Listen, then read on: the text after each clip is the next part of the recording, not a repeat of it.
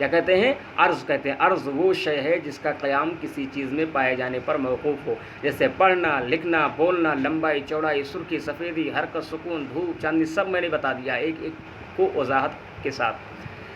اب اسی کے بالمقابل میں آتا ہے جوہر۔ جوہر کسے کہتے ہیں؟ کہتے ہیں جوہر وہ شے ہے جس کا قیام کسی چیز میں پائے جانے پر موقوف نہ ہو، یعنی جن کے وجود کے لیے کسی اور کا سہارا لینا نہ پڑے، جن کے وجود کو دکھانے کے لیے کسی اور کا سہارا لینا نہ پڑے، جن کو دکھانے کے لیے، جن کو بتانے کے لیے، جن کو ثابت کرنے کے لیے کسی اور چیز کا سہارا نہ لینا پڑے۔ جوہر وہ شے ہے جس کا قیام کسی چیز میں پائے جانے پر موقوف نہ ہو، یعنی یہ جوہر کسی کا محتاج نہیں ہے کہ اس کے وجود کے لیے ہمیں کسی دوسری چیز کا سہارا لے کر بتانا پڑے گا کہ دیکھیے یہ اس کے اندر موجود ہے۔ اس کا وجود خود سے ہے، مستقل ہے اس کا وجود۔ جیسے کہ روح کو روح ہونے کے لیے ضروری یہ ہے کہ وہ کسی کا محتاج نہیں ہے نا۔ روح یہ کیا ہے؟ جوہر ہے۔ کیوں؟ اس لیے کہ روح کا وجود قائم بالغیر نہیں بلکہ قائم بنفس ہی ہے۔ یہی وجہ ہے کہ جب انسان کے جسم سے روح نکل جاتی ہے پھر بھی جو ہے روح کا وجود رہتا ہے، روح ختم نہیں ہوتی ہے نا۔ تو روح کیا ہے؟ قائم بنفس ہی ہے، قائم بالغیر نہیں ہے۔ بدن یہ بھی قائم بنفس ہی ہے، قائم بالغیر نہیں ہے۔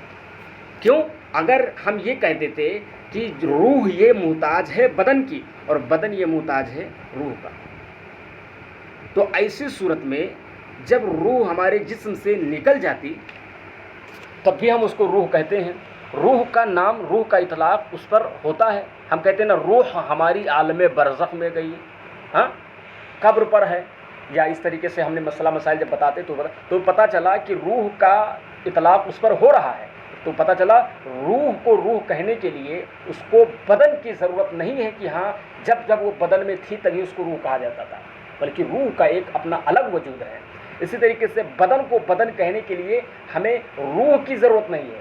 کیوں؟ کیونکہ روح جب جسم سے جدا ہو جاتی ہے تب بھی ہم بدن کو باڈی ہی اور بدن کو بدن ہی کہتے ہیں۔ ایسا نہیں کہ بدن کو بدن کہنے کے لیے ہمیں روح کا سہارا لینا پڑے یا کسی اور دوسری اشیاء کا ہمیں سہارا لینا پڑے۔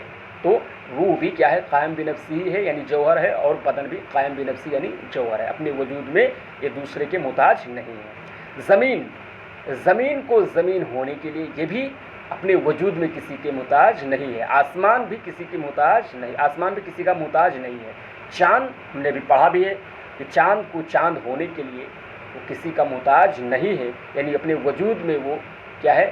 قائم بنفس ہی ہے، قائم بالغیر نہیں ہے، یعنی اس کا وجود اس خود سے ہے، یعنی اپنے وجود کے لیے کسی کا سہارا اس کو لینے کی ضرورت نہیں۔ سورج کا بھی یہی عالم ہے۔ قلم، دواب، زید، انسان، فرس، حیوان، یہ سب کے سب قائم بنفس ہی ہیں، جن کا وجود ہے نا قائم بنفس ہی ہے، یعنی انہی کی وجہ سے ان کا ایک الگ مستقل وجود ہے۔ اپنے وجود میں یہ کسی اور شے کے محتاج نہیں ہے۔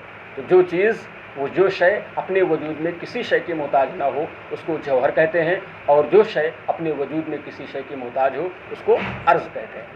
اب کریں عزیز نو نہالو، صاحب کتاب فرماتے ہیں عزیز نو نہالو، اب ہم ذیل میں چند ضروری منطقی اصطلاحات بیان کرتے ہیں، تم انہیں زبانی یاد کرو تاکہ آئندہ درس میں سہولت ہو۔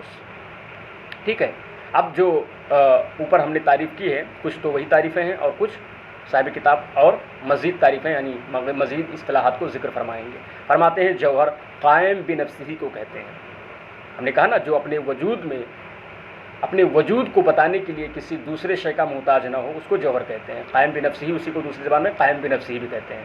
ٹھیک ہے، مثلا انسان، حیوان، یہ سب کے سب کیا ہیں؟ اپنے وجود میں کسی کے محتاج نہیں ہیں۔ شجر یعنی درخت، حجر یعنی پتھر، نفس ناطقہ یعنی روح، یہ سب کے سب کیا ہیں؟ اپنے وجود میں غیر کے محتاج نہیں۔ بعد کسے کہتے ہیں؟ بعد کے معنی ہوتا ہے، بعد کے اندر تین چیزیں آتی ہیں۔ بعد ہے نا، بعد کے اندر تین چیزیں آتی ہیں، ایک تو لمبائی، ایک چوڑائی اور ایک گہرائی۔ ٹھیک ہے، بعد میں تین چیزیں آتی ہیں۔ بعد اگر ہم بولیں گے تو اس سے آپ صرف لمبائی مراد نہ لے لینا کہ صرف لمبائی کو بعد کہتے ہیں، یا صرف چوڑائی کو بعد کہتے ہیں، یا صرف گہرائی کو بعد کہتے ہیں۔ بلکہ بعد ہم نے جب کہا تو اس کے اندر لمبائی، چوڑائی اور گہرائی تینوں چیزیں آ گئی ہیں، ٹھیک ہے. وہی کرے بعد درازی اور پھیلاؤ کو کہتے ہیں، مثلا لمبائی، چوڑائی، گہرائی.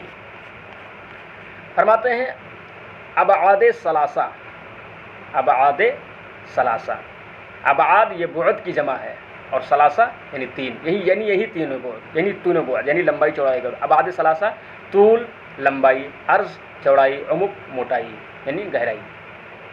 تو ابعاد ثلاثہ یعنی جو ہے بعد کے اندر تین چیزیں آتی ہیں، اور انہی کو تینوں چیزوں کو جب ہم ایک جگہ جمع کر دیتے ہیں تو انہی کو ابعاد ثلاثہ کہتے ہیں، ٹھیک ہے. یعنی بعد کے اندر کتنی چیزیں آتی ہیں؟ تین چیزیں آتی ہیں.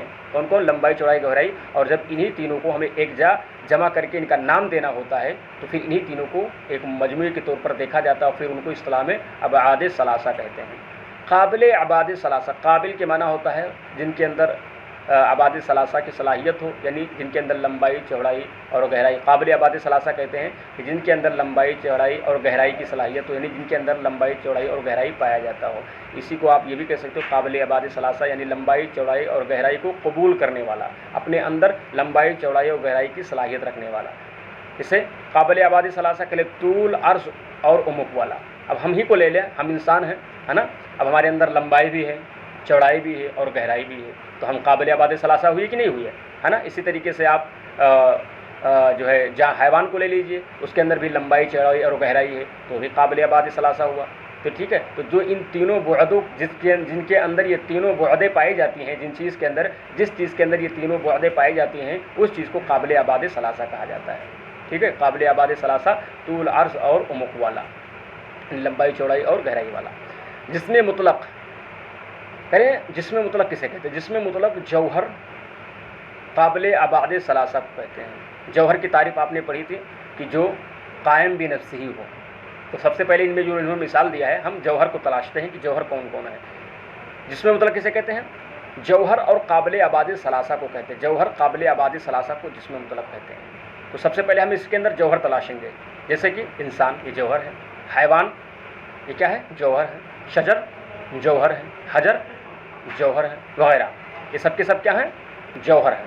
اب قابل ابعاد ثلاثہ ہے کہ نہیں؟ قابل ابعاد ثلاثہ ہم نے بتایا تھا کہ وہی جن کے اندر لمبائی بھی ہو، گہرائی بھی ہو، چوڑائی بھی ہو، ٹھیک ہے. انہی کو کیا کہتے ہیں؟ قابل ابعاد ثلاثہ. اب دیکھتے ہیں انہی مثالوں میں ہم ان تینوں کو تلاشتے ہیں. انسان، اس کے اندر قابل ابعاد ثلاثہ ہے. کیوں؟ کیونکہ انسان لمبا بھی ہوتا ہے، چوڑا بھی ہوتا ہے اور اس کے اندر گہرائی بھی ہوتی ہے. حیوان، اس کے اندر بھی تینوں چیزیں پائی جاتی ہیں، لمبائی، چوڑائی، گہرائی. شجر، اس کے اندر بھی لمبائی، چوڑائی، گہرائی. حجر، اس کے اندر بھی لمبائی، چوڑائی، گہرائی. تو پتہ چلا کہ یہ جو مثالیں ہیں یہ جسم مطلق بھی ہے اور جوہر قابل ابعاد یہ جتنی مثالیں ہیں یہ سب کیا ہیں؟ جوہر بھی ہیں اور قابل ابعاد ثلاثہ بھی ہیں. تو جوہر اور قابل ابعاد ثلاثہ کو کیا کہتے ہیں؟ جسم مطلق کہتے ہیں، ٹھیک ہے.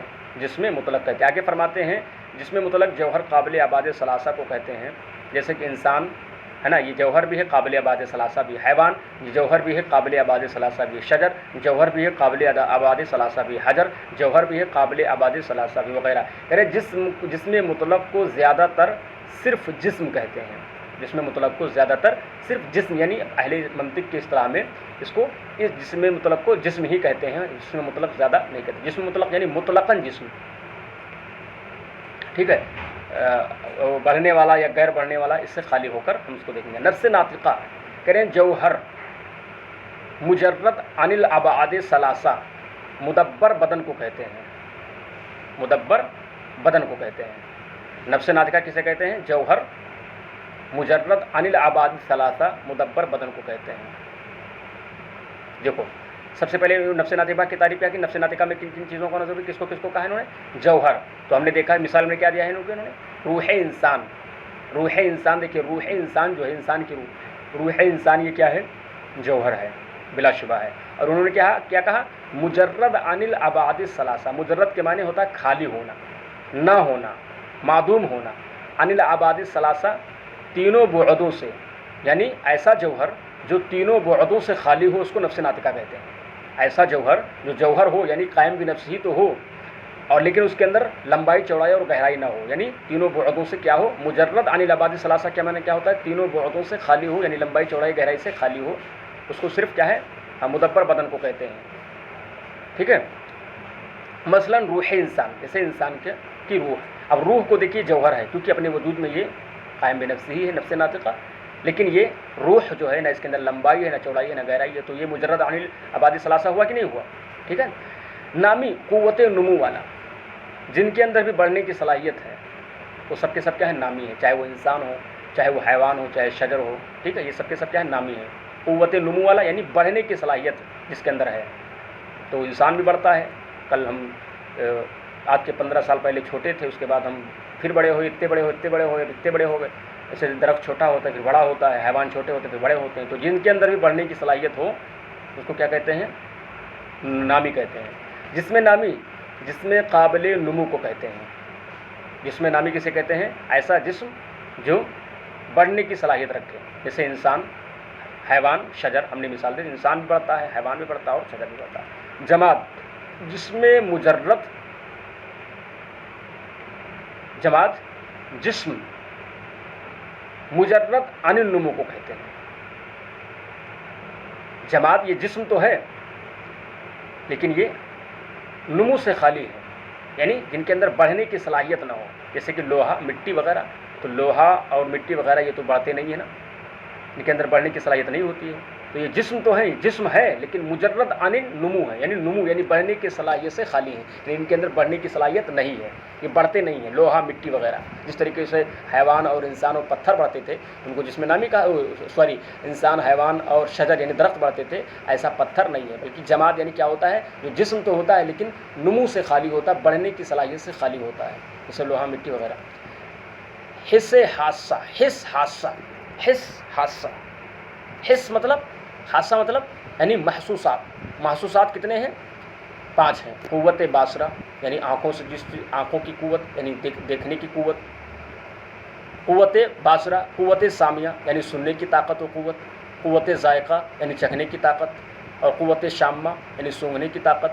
قوت لامسہ یعنی چھونے کی قوت. تو یہ ہر انسان کے اندر یہ 5 احساسات موجود ہوتے ہیں جن کو حس حادثہ کہتے ہیں، حس حادثہ کہتے ہیں.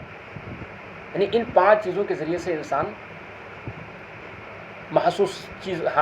چیزوں کو محسوس کر لیتا ہے، آنکھوں سے دیکھ لیتا ہے. جن چیزوں جو چیزیں ان 5 چیزوں کے ذریعے سے حاصل ہوتی ہیں ان کو محسوس کہا جاتا ہے.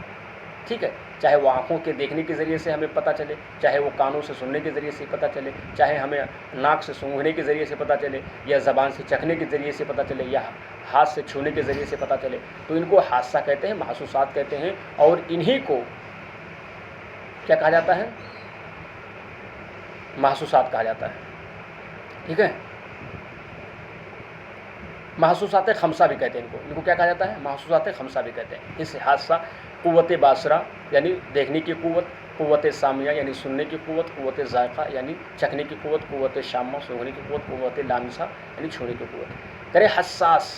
حساس کسے کہتے ہیں؟ حساس یعنی جن کے اندر یہ 5 چیزیں پائی جائیں. جیسے ہمارے اندر قوت باصرہ بھی ہے، دیکھنے کی طاقت بھی ہے، سونگھنے کی طاقت بھی ہے، چکھنے کی طاقت بھی ہے، چھونے کی طاقت بھی ہے، اور سونگھنے کی بھی طاقت ہے. تو جن کا حس حادثہ اس کو کہتے ہیں، قوت باصرہ، سامیہ، ذائقہ، شامہ کو کہتے ہیں. اور حساس اس کو کہتے ہیں کہ جن کے اندر یہ 5 چیزیں پائی جائیں. ٹھیک ہے، حساس قوت باصرہ، سامیہ، ذائقہ، شامہ، لامسہ والا. ناطق قوت فکریہ رکھنے والا، جیسے انسان فکری قوت رکھنے والا ہے نا. ہمارے اندر سوچنے کی طاقت ہے، جانوروں کے اندر نہیں ہے. ہم سوچتے ہیں، جانور نہیں سوچتے ہیں. تو ناطق کسے کہتے ہیں؟ صرف قوت فکریہ رکھنے والے کو. ناطق اسی کو کہا جائے گا جس کو اندر فکری قوت فکریہ یعنی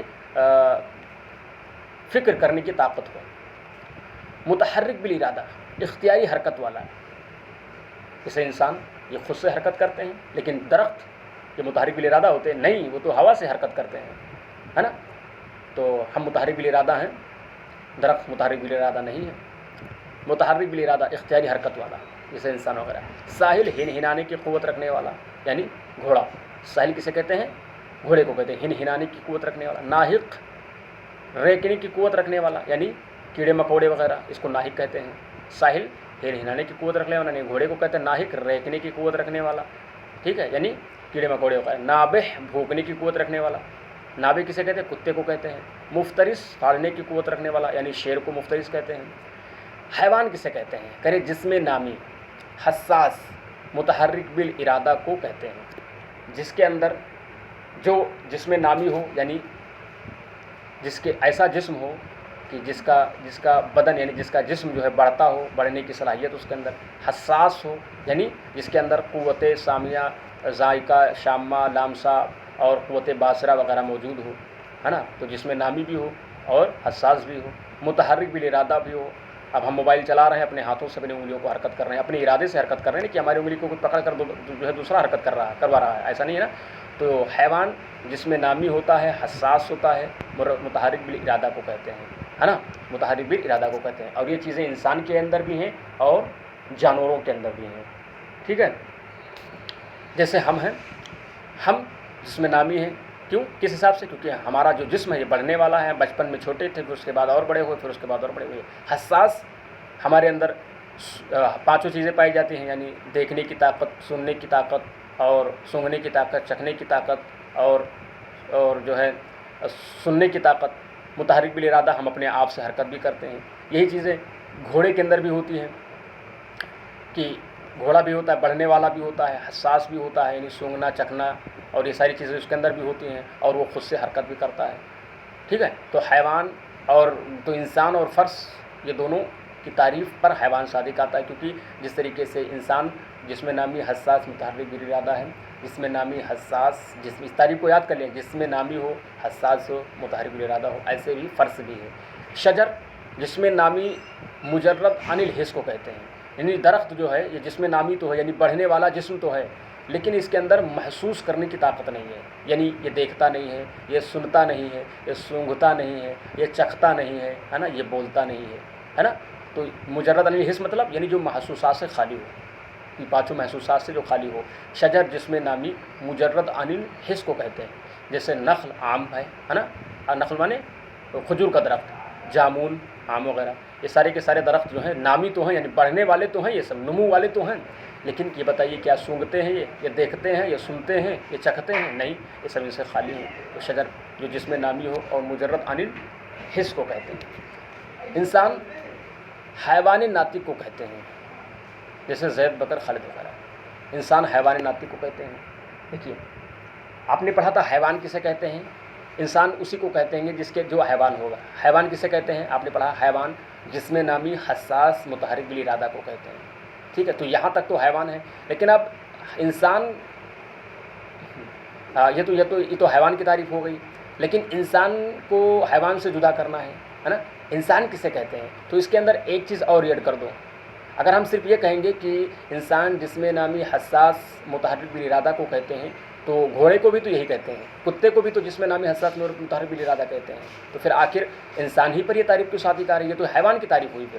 تو کہتے ہیں اس کے ساتھ ایک تعریف اور جوڑ دو کہ انسان کسے کہتے ہیں؟ جسم نامی حساس متحرک بالارادہ اور ناطق کو کہتے ہیں، یعنی قوت فکریہ رکھنے والے کو کہتے ہیں۔ تو ظاہر سی بات ہے، انسان جو ہے قوت فکریہ ناطق جو ہوتا ہے قوت فکریہ رکھنے والا ہوتا ہے، اور جانور جو ہے قوت فکریہ، ان کے اندر قوت فکریہ کی یعنی سوچنے کی صلاحیت نہیں ہوتی ہے۔